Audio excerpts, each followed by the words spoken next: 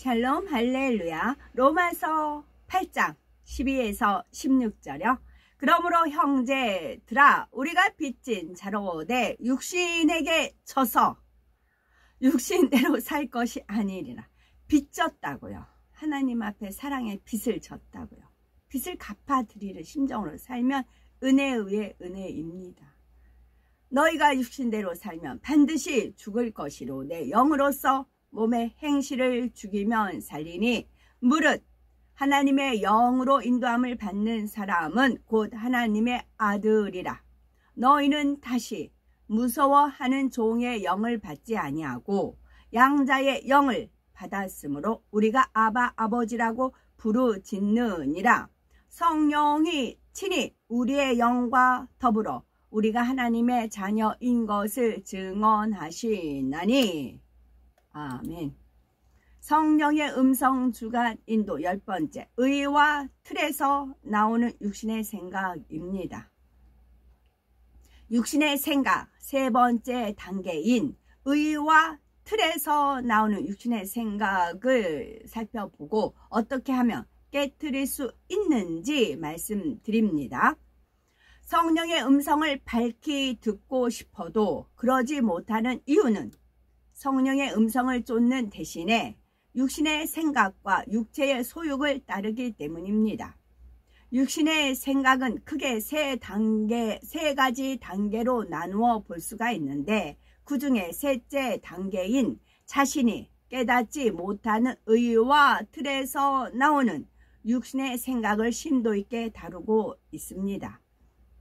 의와 틀에서 나오는 육신의 생각 중에서는 기질적인 틀이나 성격의 틀에서 나오는 육신의 생각과 미세한 비진리가 남아 있어서 순간순간 스치는 육신의 생각, 환경에서 오는 충만함에 가려져 있는 육신의 생각이 있다 하였습니다.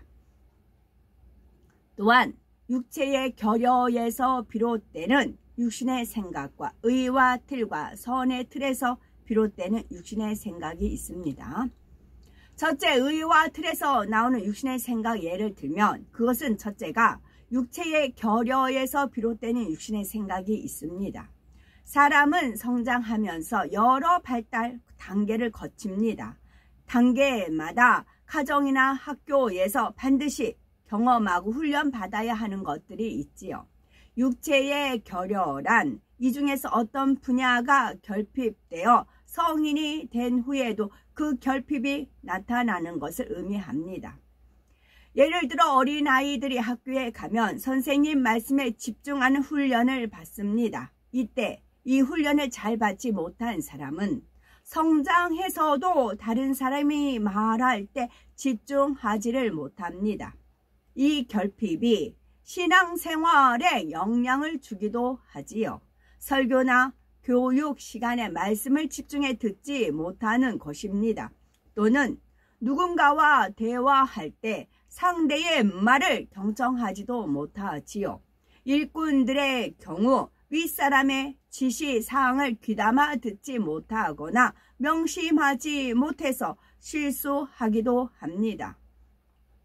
또 어떤 사람은 성장기에 고립된 환경에서 자라서 의사소통 능력이나 교감 능력이 부족합니다.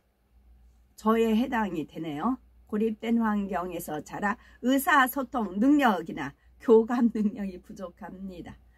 다른 사람들의 사고 방식이나 표현 방식을 잘 이해하지 못하고 공감하지 못하지요. 그래서 다른 사람의 마음을 이해하고 배려하는 것이 부족합니다. 일부러 그러는 것은 아닌데 매사에 주변 사람의 마음에 맞춰주지를 못하지요. 자기 경험 안에서, 즉 자기 생각의 한계 안에서 이것이 좋다, 저것이 좋다 그렇게 생각할 것이라고 생각하는데 그 생각이 맞지 않기 때문입니다. 제가 의사소통 능력이 부족하다 이 표현을 했잖아요. 그러면 육체의 결여를 고쳐야 되잖아요. 그래서 하나님께서 어떤 훈련을 시키셨나요? 부잣집에 가서 일을 합니다. 그러면 이 부잣집에서 장단점이 있어요. 단점은 내가 고치면 되고 장점은 살리면 돼요. 그럼 다음 집에 가요. 그럼 그 집에서 장점을 살려요. 그럼 그 집에서 일하다 보면 또 그분들하고 있게 살다 보면 내 단점이 또 나와요. 다른 집에 가요. 그럼 단점은 버려요. 장점은 살려요. 이런 식으로 이동해서 5년 동안 훈련을 받은 거고, 또 친히 헤브라님 밑에서 혹독한 훈련을 받았지요. 그 훈련은 그 누구도 이해를 못합니다. 경찰이 쫓아올 정도였다고요. 2번이나. 주변에서 신고했어요. 사람 죽이는 줄 알고, 사람이 맞아서 죽는 줄 알고, 그 정도 훈련이었어요.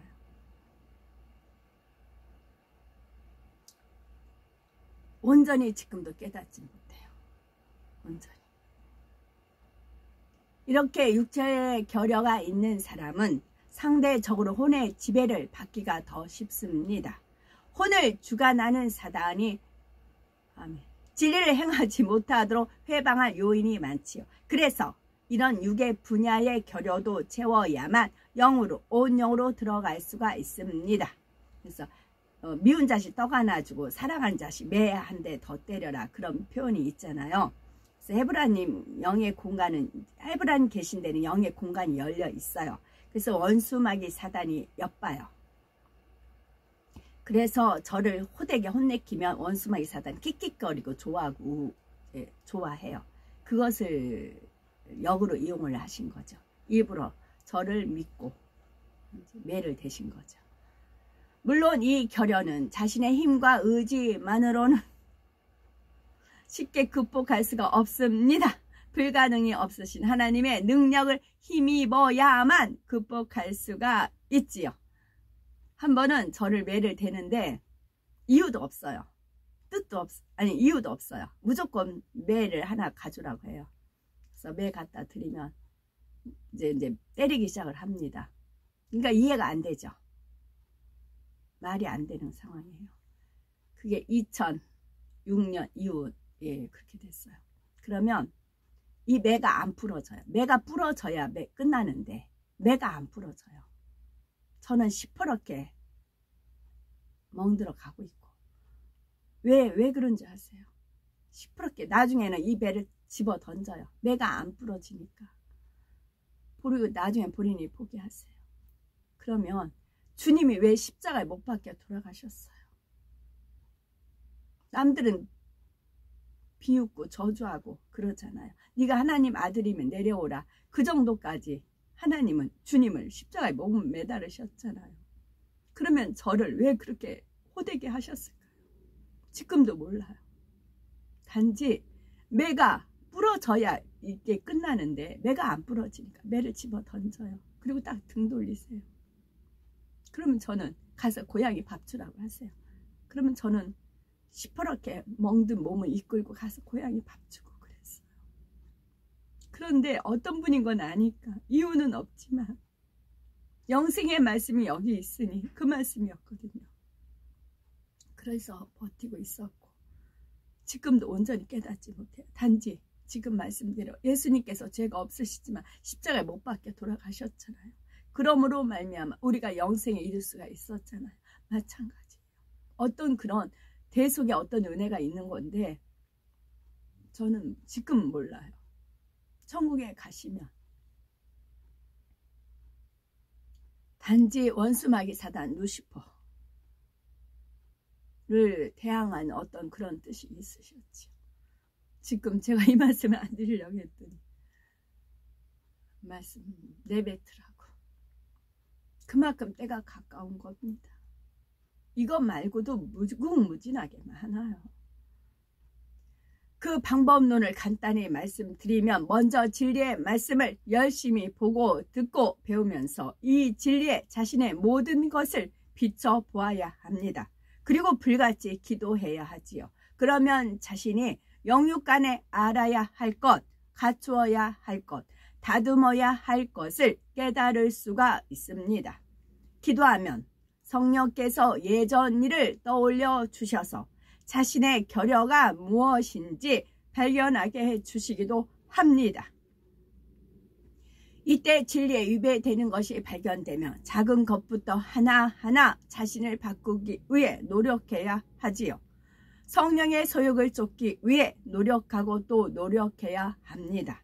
이때 불같은 기도를 반드시 병행해야 하는 이유는 성령의 소욕을 쫓을 힘을 얻기 위해서입니다. 무엇보다도 진리를 바르게 깨닫기 위함이지요. 결여가 있는 상태에서 말씀을 문자적으로 또는 자기 생각의 틀 안에서 이해하면 또다시 잘못된 진리의 틀을 만들 수가 있기 때문입니다. 말씀을 들어 안다는 것이 결여를 극복하는데 오히려 역효과를 낼 수가 있습니다.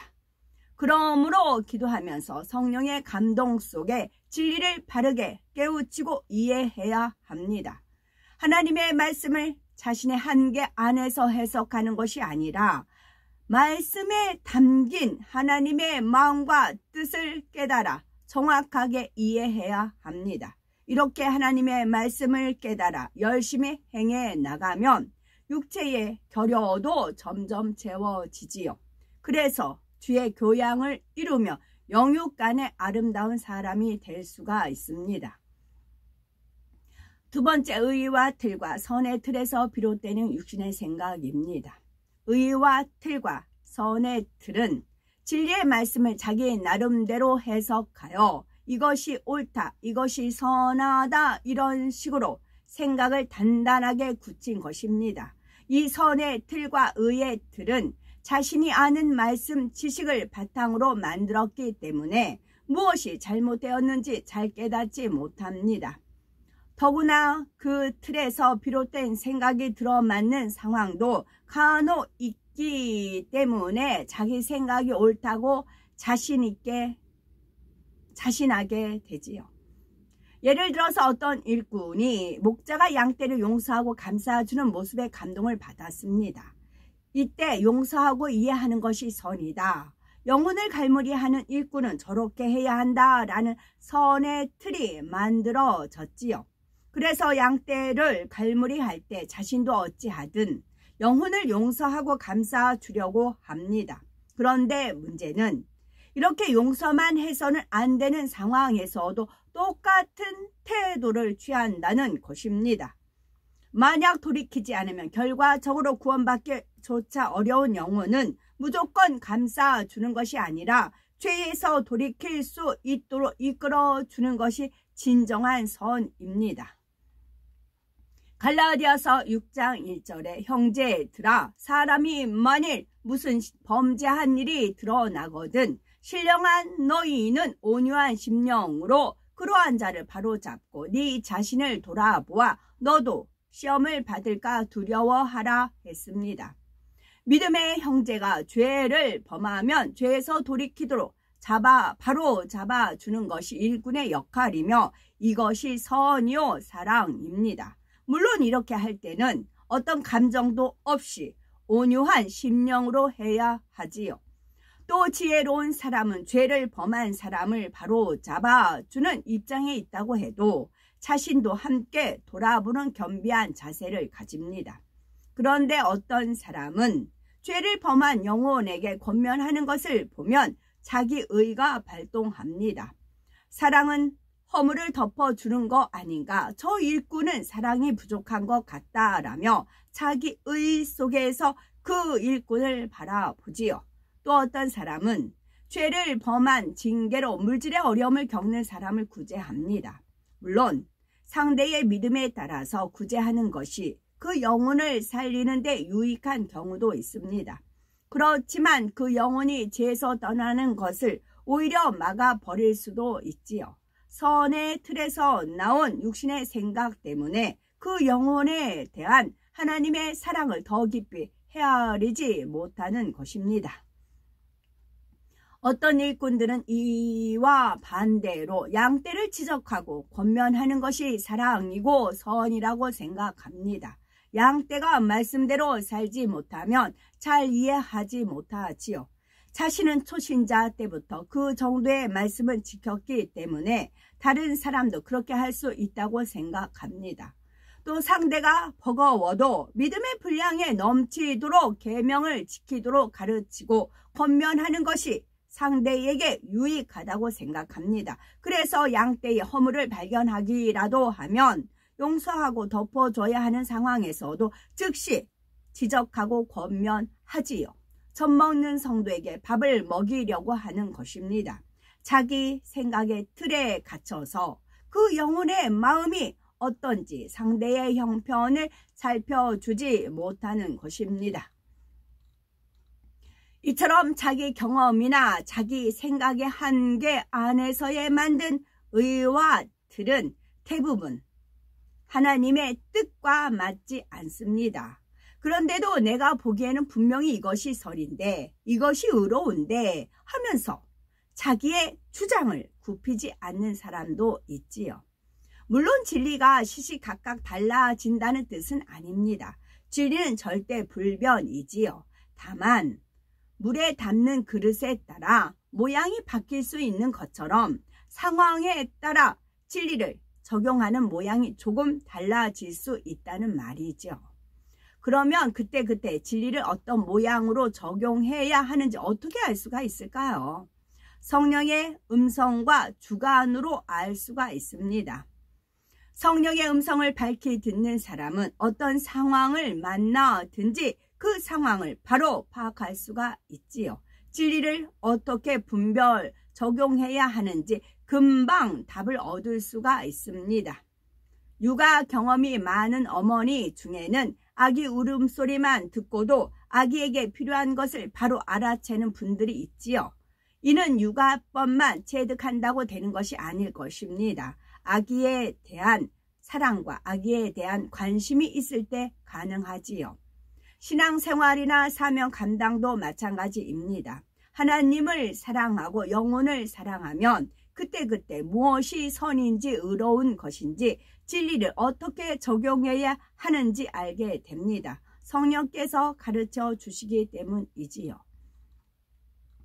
두 번째, 끝으로 의와 틀에서 나오는 육신의 생각을 깨트리려면 의와 틀에서 나오는 육신의 생각을 깨트리려면 자신을 발견하기 위해서 끊임없이 노력해야 합니다. 스스로 발견하기 어렵기 때문입니다. 마음의 비진리 중에는 발견하기가 쉬운 것도 있고 비교적 어려운 것도 있습니다. 양심 속의 악이나 본성 속의 악은 비교적 어려운 편에 속하지요.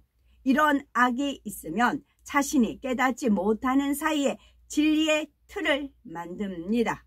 육신의 생각을 하고 싶지 않아도 이 잘못된 진리의 틀에서 육신의 생각이 나와 결국 성령의 음성을 거스르게 되지요.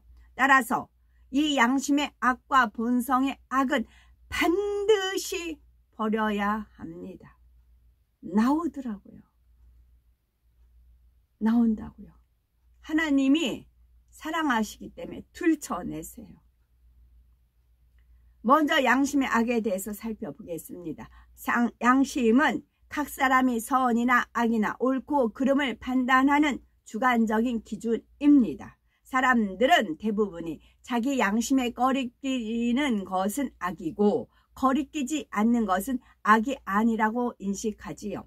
그런데 양심은 자기 나름대로 만든 것이기에 사람마다 다르고 시대나 지역에 따라서도 달라집니다.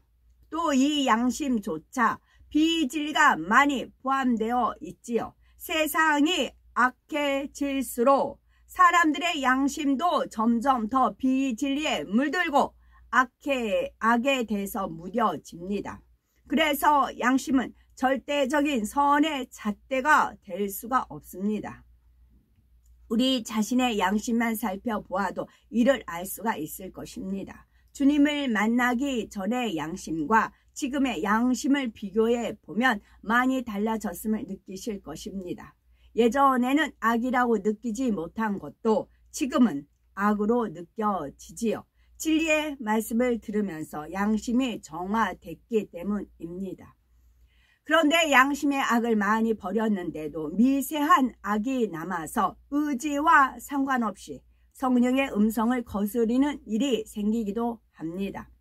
옳다고 판단하여 어떤 행동을 취했는데 그 행동이 하나님 보시기에는 좋지 않는 경우가 있지요.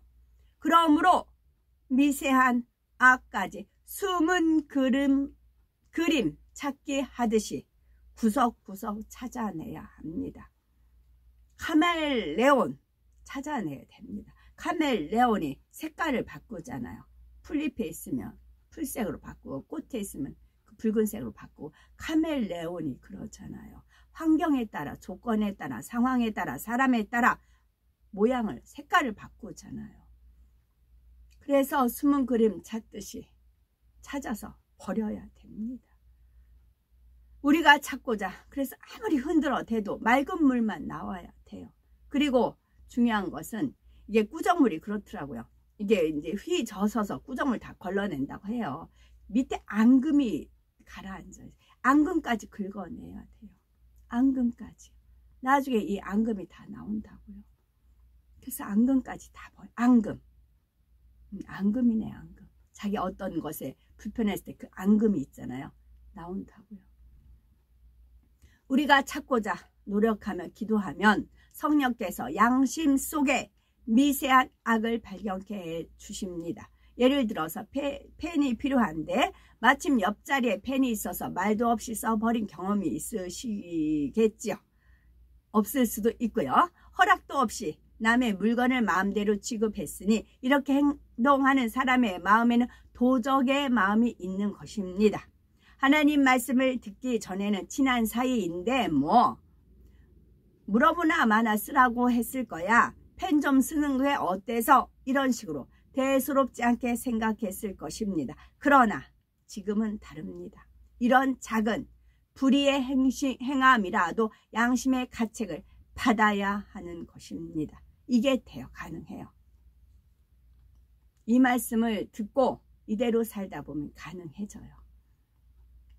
성령의 음성을 밝히 들으려면 반드시 말씀과 성령의 도우심을 의지해서 양심의 미세한 악도 뽑아버려야 합니다. 자신을 발견해 나가는 끊임없는 노력을 통해서 육신의 생각을 온전히 깨트림으로 성령의 인도를 받아 형통한 삶을 영유하는 복된 우리가 되어야 되겠습니다.